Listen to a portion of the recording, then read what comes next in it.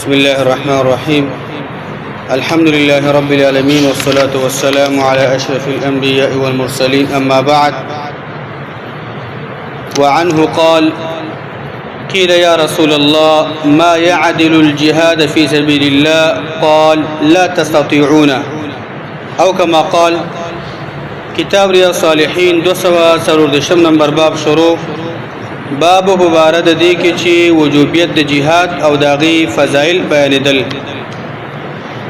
16 نمبر حدیث ته په دې باب کې دا حدیث د ابو هريره روایت رضی الله عنه دا وی: قیل یا رسول الله، چا د الله پیغمبر صلی الله علیه وسلم ته ویل: اے د الله پیغمبره، ما يعدل الجهاد في سبيل الله.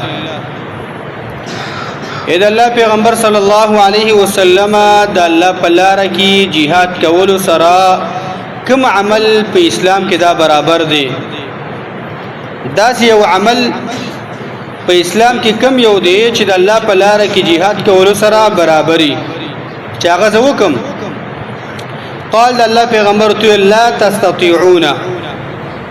تاسو هغه عمل نشئ کولی چې کوم عمل د الله په لار کې jihad کول سره برابر دی.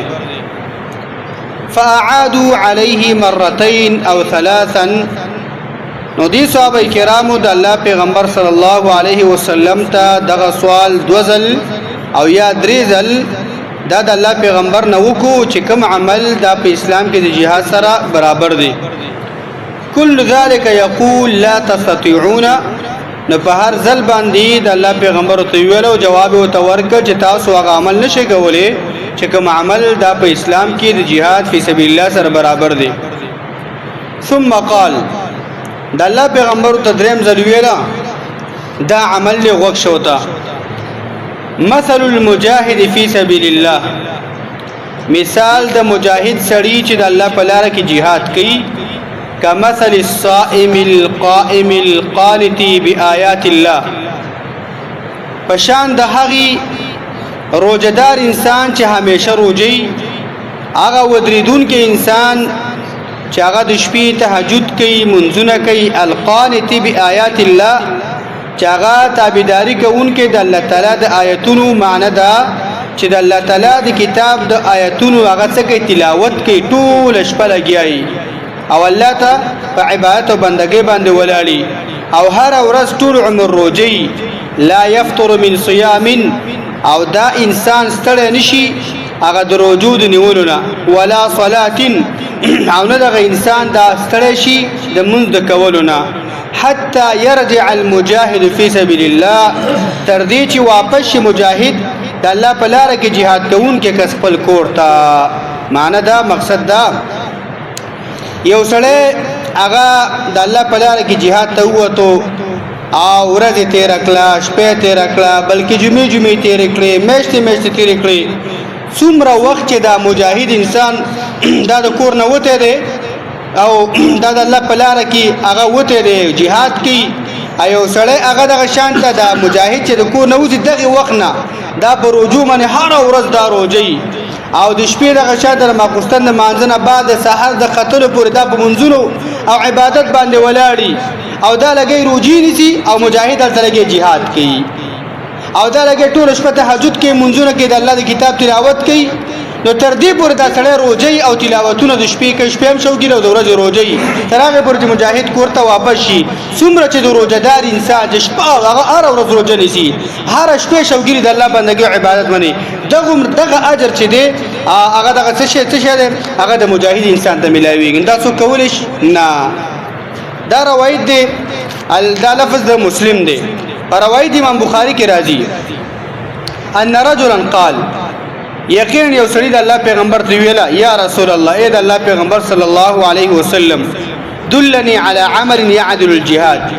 ما ته یو داسې عمل وښیوه په اسلام کې چې هغه عمل د jihad عمره برابري. قال الله پیغمبر ته: لا اجده. زه دغه عمل په اسلام کې داسې عمل نه موند کوم چې هغه د jihad عمره برابري. ثم قال. بيد الله پیغمبر ته ویلا: هل تستطيعوا. آیت کولای شي اذا خرج المجاهد، کله چې مجاهد هغه د کور نه وځي او ان تدخل مسجدك فتقوم ولا تفطر او ته جمعه تنوزي او دی جمعه کې د الله بندګي او عبادت باندې ودرېږي او ستړی کېږي نو همیشه ولال سجدي رکوع او د الله عبادت او بندګي کې وتصوم ولا تفطر آیت کول شي چې هغه مجاهد انسان وته د هغه ورته شروع کی پروجونی ول باندې او روزه ماته نه کی ورته قضای به کونه کی او مسلسل روزه او دې څنګه عمل تکول شي فقال ودغي صحابي وتل ومن يستطيع ذلك څوک به دا کارو کی دا ذکر څوک کول شي چې هغه همیشه روزه او به د ماقصد مانځنه بعد د سحر پورې د الله بندګي باندې ولاړ امدي چې ولاړ او هغه دغه د الله بندګي پرې نه دي ستړیواله بګيونه کی همیشه ولاړی او روزم بګي دغه شان د ماته نه کی کوم ورځ بګي روزم ونه خوري دا ذکر څوک کول شي داغونه اجر بلکې ردینه بهتر اجر الله مجاهد انسان ته ورکي اسلام کې کوم عمل چې هغه دغه سره برابر شي معنا دا مقصد روایتونو دا دی چې د جهاد هغه جهاد چې د الله د رضا لپاره وي هغه جهاد چې نیت پکې صادق وي او د الله د کلمې د اوچتوالي لپاره وي هغه جهاد چې د اسلامي ملکونو د سرحدات او دغه د خاور د حفاظت لپاره وي چې دا اسلامي خاور ده او دا موږ نه غواړو چې دا د شانته هغه د کافر په ولکه کې پریوزي د دې لپاره څو جهاد کوي نه د قوم لپاره نه د شجاعت لپاره نه د ریا لپاره نه د غنیمتونو لپاره نه د ډاکو لپاره او نه د مسلمانانو د ویرولو لپاره دا جهادونه نه چې د الله د لارې کې دغه شان د جهاد کوي د الله لپاره جهاد کوي دې سره په اسلام کې هیڅ یو عمل دا برابر دا نشته دی چا کې کړی د الله د رضا لپاره الله دې قبول کړي امنګ تاسو ته توفیق الله راکړي وصلی الله علی نبینا محمد